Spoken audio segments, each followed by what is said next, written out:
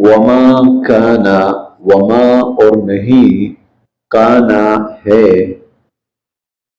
المؤمنون ایمان والوں کو، وما کان المؤمنون اور ایمان والوں کو یہ نہیں کرنا، یا ایمان والوں کے لیے ایسا نہیں کرنا چاہیے، لینفروا کہ وہ نکل پڑیں، کافہ سب کے سب، وما کان المؤمنون لینفروا کافہ، اور ایسا نہیں ہونا چاہیے کہ سب کے سب ایمان والے نکل پڑیں، فلو پس کیوں، لا نہیں، فلولا پس کیوں نہیں، نفر نکلی، من سے، کلی ہر، فرقۃ جماعت، منہم ان میں سے، فلولا نفر من کل فرقۃ منہم پس کیوں نہیں نکلی ہر جماعت میں سے، طائفۃ ایک طبقہ، ایک گروہ، فلولا نفر من کل فرقۃ منہم طائفہ بس ہر جماعت میں سے ایک چھوٹا سا طبقہ کیوں نہیں نکلا،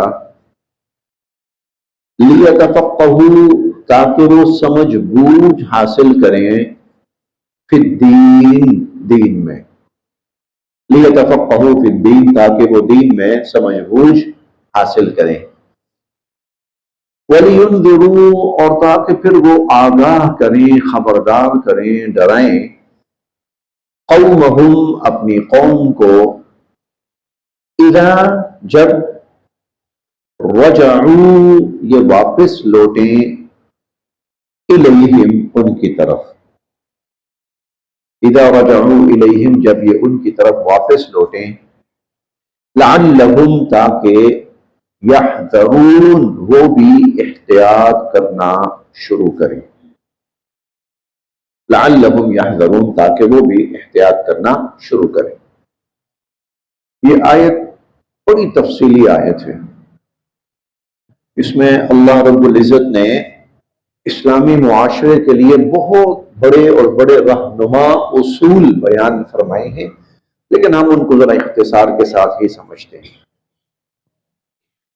کوئی معاشرہ خصوصاً اگر وہ اسلامی ہے، اس کو صحیح معنوں میں اس وقت تک اسلامی معاشرہ نہیں کہا جا سکتا جب تک کہ وہاں کے لوگ اسلام کے مطابق نہ ہوں۔ اس وقت تک آپ صحیح معنوں میں ویسے تو نام رکھ لیں، ٹھیک ہے، آئی ڈی کارڈ کے اندر بھی اسلام مذہب ہے، ٹھیک ہے، لیکن اگر صحیح معنوں میں کسی کو اسلامی معاشرہ کہنا ہے نا، تو وہ وہی ہوگا جہاں کے لوگ اسلامی معاشرے کے مطابق زندگی بسر کر رہے ہیں۔ اب سوال یہ ہے کہ اسلامی معاشرے کے مطابق کیسے زندگی بسر کریں؟ تو اس کا جواب یہ ہے کہ جب ان کو اسلام کا اور اسلامی تعلیمات کا پتہ ہوگا، تب ہی وہ اسلامی معاشرے کے مطابق زندگی بسر کر سکیں گے۔ چنانچہ اللہ رب العزت نے اس آیت کے اندر اسی انسانی یا اسلامی ضرورت کو بیان فرمایا ہے، کیونکہ ابھی تک پتہ کیا تھا، یہ آپ غزوہ تبوک کو سامنے رکھیں نا، ابھی تک یہ تھا کہ تھوڑے تھوڑے کر کے لوگ اسلام میں داخل ہو رہے تھے، اکا دکا لوگ اسلام میں داخل ہوتے تھے۔ اب یہ تھا کہ لوگوں کی بڑی بڑی تعداد اب اسلام میں شامل ہو رہی تھی، قبیلوں کے قبیلے، جماعتوں کی جماعتیں۔ ایسا نہ ہو کہ صرف یہ ایک مردم شماری ہو، ماشاءاللہ جی مسلمان لاکھوں میں ہو گئے۔ یہ اس طرح کا جو مجمع ہوتا ہے نا، صرف مجمع، وہ فائدے کے بجائے نقصان کا باعث بہت زیادہ بنتا ہے۔ اسلام کی طرف ہوا چلی تو سب اسلام کی طرف، کفر کی طرف ہوا چلی تو سب کفر کی طرف۔ کفر کی طرف دیکھیں نا، ہمارا معاشرہ ایک بڑا طبقہ جو ہے وہ جدھر کی ہوا ادھر کی طرف چلنے والے لوگ ہیں. جس طرف ہوا چلا دیں قوم چل پڑے گی. اس کی وجہ کیا ہے کہ ٹھوس جو پاکستانی بنیاد ہے، جس کو نظریہ پاکستان بھی کہا جاتا تھا، اب وہ ختم ہو گیا. کچھ چند لوگ رہ گئے ہوں گے جن کے اندر کوئی نظریہ پاکستان والی بات ہوگی. تو اسلام یہ چاہتا تھا کہ وہ مسلمان، جو لوگ مسلمان ہو، ان کو پتا ہو کہ اسلام کیا ہے، مسلمان ہونا کیا ہے، اللہ کا دین کیا ہے، اللہ کی منشا اور اللہ کی مرضی کیا ہے. چنانچہ اللہ تعالیٰ یہاں پر یہ فرما رہے ہیں کہ مسلمانوں کے ہر حصے میں سے کچھ لوگ ایسے ہونے چاہیے جو جائیں اور دین سیکھیں، دین کا علم حاصل کریں، اور حاصل کر کے وہ آگے پھر اپنے اپنے علاقے کے لوگوں کو دین کی تعلیم دیں. چنانچہ حضور صلی اللہ علیہ وسلم نے جو انتظام فرمایا، اب وہ کیا تھا؟ آپ صلی اللہ علیہ وسلم انتظام یہ فرماتے تھے کہ جس علاقے کے لوگ مسلمان ہوتے تھے وہاں صحابہ کی ایک جماعت بھیجتے تھے. آپ کو یاد ہوگا مدینہ کے اندر جب پہلا بیعت عقبہ اولا ہوئی ہے نا، تو چند لوگ مسلمان ہوئے. انہوں نے کہا کہ اللہ کے نبی، ہم مسلمان تو ہو گئے ہیں، اب کوئی ایسا شخص بھیجیے کہ جو ہمیں سکھائے اسلام ہے کیا ہے. ہم نے آپ کو اللہ کا نبی مان لیا، اللہ کو ایک مان لیا، آپ کو نہیں، بس اتنا ہمیں پتا ہے، اس کے بعد کیا ہے. چنانچہ حضور صلی اللہ علیہ وسلم نے سب سے پہلے ایک صحابی بڑے معروف حضرت مصعب بن عمیر رضی اللہ تعالیٰ، سب سے پہلے ان کو بھیجا. ان کو معلم اول کہا جاتا ہے، حضرت مصعب بن عمیر رضی اللہ تعالیٰ. حضرت مصعب بن عمیر رضی اللہ عنہ مدینہ منورہ پھر گئے، پھر لوگوں نے ان سے دین سیکھنا شروع کیا، انہوں نے لوگوں کو سکھانا شروع کیا بڑی حکمت کے ساتھ.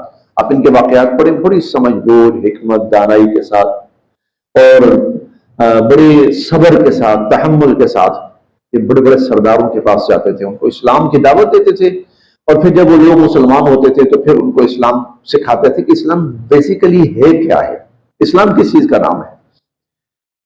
آپ ان کی اس محنت کا ثمرہ یہ دیکھیں، ان کی اس محنت کا ثمرہ حضرت مصعب بن عمیر کی.